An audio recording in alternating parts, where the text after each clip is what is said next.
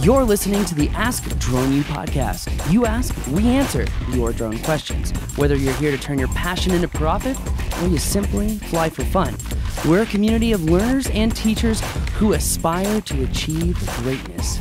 We are Drone U. Hey everyone, welcome back to another spectacular episode of Ask Drone U. My name is Paul. And my name is Rob, and you're listening to episode 677. Thanks, guys, for hanging out with us. Hope you're having a great day. Totally. Welcome, welcome. Hope you are having a good day, ma'am, or man, whichever you are. Anyway, we are excited today. Actually, I forgot what we were talking about, but it's all good because it'll still be a good show. So. Talking about local license permitting and registration of drones. And that whole Singer versus City of Newton issue. All that happy stuff. Gosh, do I love shutting down lawmakers who think they have more power than they do. That's if I had to list top 10 things I enjoy doing, that's on that list. Really? Oh yeah. No, I don't believe that. Maybe that new they love giving me crap too, like powered parachute thing. That'd be like that'd 2 be or 3. Like 1 through 10. No, yeah. Anyway, today's episode is brought to you by our friends at videoblocks.com/drone. If you go out and you're filming something important and the weather ruins your ability to film, or an angry rancher with guns ruins your ability to film, and you still need those epic sunset shots of a ranch, there are hundreds of thousands of clips that you can choose from on videoblocks.com, and they're all copyright free. So don't let an obstacle degrade the value of your production. Use videoblocks.com, a copyright-free library of footage, and it's also got audio clips on there as well. Use that to your advantage. Check out videoblocks.com/drone. But anyway, let's go ahead and play that question, Robbo. What's up, guys? This is Shaban from Los Angeles, California. I am operating primarily out of Malibu and Hollywood, and my question today has to do with West Hollywood. As you guys are probably well aware, there is a fact sheet published by the FAA, and as a part of those operations under paragraph 3, there is the statement that the FAA is the exclusive means for registering a UAS. And West Hollywood has recently, or not too long ago, put on the books a requirement to fly in their boundaries within their jurisdiction, their local political subdivision, and that is 9.30.040, requiring additional registration. I think the permit fee is like $5. To fly within West Hollywood. So, my question is, do you do that or do you not do that? Let me know. Thanks, guys. All right, before I rip the City of Hollywood a new one, just to clarify, his question is, as City of Hollywood has said, I have to register my drone with the City of Hollywood, and that I have to pay some permit with the City of Hollywood, and that they're restricting where whatever. So yep, I think you should send the City of Hollywood city managers. No, don't send it to them. Schedule a meeting, and even bring in the FAA with you. Do it like how I did it, and let them be embarrassed in front of the federal government when they're trying to control things they can't control. Which the FAA will be so nice about it. They're honestly some of the most amazing people on the planet. But you really need to have a meeting with them and the FAA and say, here's the City of Newton versus Michael Singer case, where they tried to do the same thing. And then the federal court system said, oh, well, Dr. Singer, you're correct. The cities do not control the airspace and cannot control registration of drones. And that is the FAA. And the only time you need to register your drone is if it's commercial. You know, I maybe do it like Obama, you know, and just be like, well, you know, there's some things you need to know. And, you know, I love those long statements. That's what I'm getting at. Right. But they do not have the authority to do this. So I would say you do not need to register your drone with City of Hollywood or West Hollywood or whatever. doesn't apply. Again, this is why the drone pilot field kit is really important, because if a cop comes up to you and says, hey, city says that you're supposed to be registered with the city and you're supposed to do this and you're supposed to do that, you pull out the Michael Singer versus City of Newton document, you show that to him, and then you show him the federal preemption, and then you show him the John Taylor case, and essentially say, well, they don't have the authority to do that. The only one who has the express authority to control the airspace is the Federal Aviation Administration. And do it very nicely. We should all be communicating to everyone nicely, especially the men in blue that really go out there to try to protect people. And they're also trying to make other people happy. So you've got to be nice to them. They're just a middleman. But I think it's just so important that cities understand that they do not have the authority to create registrations or control the airspace. Absolutely. That is the nicest way I could have put that, because wow, I really that was wanted, well done. I really actually. wanted to rip them a new one. I'm proud of you. You should hear what he was saying off the air. Oh my! No, I'm just kidding. Not in this case. No, but the one thing that I do want to bring to light is that you do get rogue leaders of these cities and of these communities, especially right? in California. Probably especially in California, but all over the country. Feinstein, sorry. All over the country. And so I think as a pilot, you do have to be prepared for. So you mentioned the police officer that comes and stops you, and you pull out your field kit, and that's great, and you have the proof to say, look, you don't have the jurisdiction, the city doesn't have, but you don't just put it on him. Like, the city does not have the authority to do this. The wording is very important. That's shouldn't true. ever be personal, especially against a police officer. I mean, I don't know if you're like me, Rob, but even when I get pulled over, I get nervous. Like, Well, I of just course. like police just make me nervous. Of I'm course. just like, especially Yeah. after everything you've seen on TV, it's just like, No, I you're- want to hope that everyone is innately good, but sometimes it's just like I get nervous. Like, even when I got pulled over by the Albuquerque police for speeding, I was like shaking it, handing my my insurance. Yeah, which is too bad. But my point is that the city that the police officer works for has given him this mandate, right? So he's just doing his job as far as he's Exactly. concerned. And so it's not a good idea to sit there and fight with him. Agreed. And if he says, I appreciate what you're showing me, or I don't appreciate what you're showing me, either way, you need to stop what you're doing unless you can show me X. Well, then you need to stop what you're doing, even Agreed. though he's probably wrong. And even if he tells you to stop doing what you're doing, or he approaches you, you should land. I mean, just land, Absolutely. talk it out, show him your drone pilot field kit. In fact, I think I asked him to update the drone pilot field kit with the City of Singer case and the First Amendment. Yeah, we need to check I need on to that. make sure I do that. Because I do want to make sure those are in there. So we are going to put an update. But if you want to download the existing Drone Pilot Field Kit, go to dronepilotfieldkit.com. Very important. Yeah, so we've really got kind of two sides or two issues going on here. One is the reality of what a city is supposed to do or supposed to be able to do. True. Which seems to be pretty clear, but there is the other side of what they will actually do and how are you going to respond to that, Agreed. even though you don't like it. Agreed. So I just want to say be prepared for that and know Be respectful. that you're going to be calm, you're going to be We're all respectful, and you're human. going, and you're not going to be able to fight that battle in the moment. You don't have the power to do that. Well, So you know what I mean by that. What And do you just want to fight me. are you saying you don't But have you- the power to fight? Well, you shouldn't fight. Basically what I'm You should not saying is- physically fight the police Oh my officer. gosh, of course. I'm just having to clarify this, okay? Oh, thank you.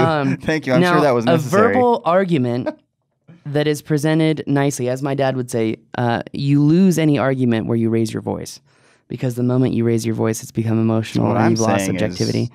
is, good luck even getting into an argument. I suppose if that's you and you want to go It's there, not an fine. argument. It's not But an you- argument whatsoever. Federal government says this. You live in America, right? Okay, you follow the federal government. You're raising your voice. Okay. Dear, I'm going to pretend like you're the officer, Rob. Let's do this thing. All right, here we go. Paul, I really don't care what that document that you have says. What I've been told is that you are not able to fly unless you have registered your drone with the city of Hollywood, and so you need to stop flying your drone. Officer, I understand where you're coming from, that your orders come from the city managers, but I'm telling you that your orders are wrong because they've had the false presumption that they have the innate authority to register drones. And I mean, you don't register your car in every single city you go to, do you? Let me answer not that for relevant. you. Not No, relevant. No, you don't. The reason I want to show this to you is because I believe it's important to understand the importance that the federal government is the only governing body that has the authority over the airspace. And I've already landed my drone. I've stopped because I respect you and I respect your authority, and I do not want to cause any confrontation. But I do want to say that it's important to understand who has the authority. And I think that the city government has made a mistake. And I'm going to pull out this document slowly. I'm going to slowly pull out this document. In fact, why don't you pull out the document? Yeah, it's over there. It's over there. That is a federal case that actually proves exactly what I'm saying, that these city governments do not have the authority to implement these rules. And officer, I just want to tell you, I respect your authority, not trying to upset you, just trying to say that whether this goes to court or whether we sit here and talk about this now, I don't want to waste your time. I'm not here to waste your time. Okay. Let me ask you this. What is your goal in having that conversation with the police officer? My goal is for him to let you fly, or to go back to his superiors and say, hey, I think we need to rethink this? What is your goal? No, he's not going to do that. I think the goal is to just be as nice as possible and say, like, look, I understand where you're coming from. Obviously, someone has called in about my drone, and you've taken the time out of your day to come over here and tell me I can't fly because I'm not registered, which... I think the presumption that they would even do that is actually stretching presumptions pretty far, because police officers have a lot to deal with right now. Of course, yeah. So I mean, anyway, we're creating a scenario here.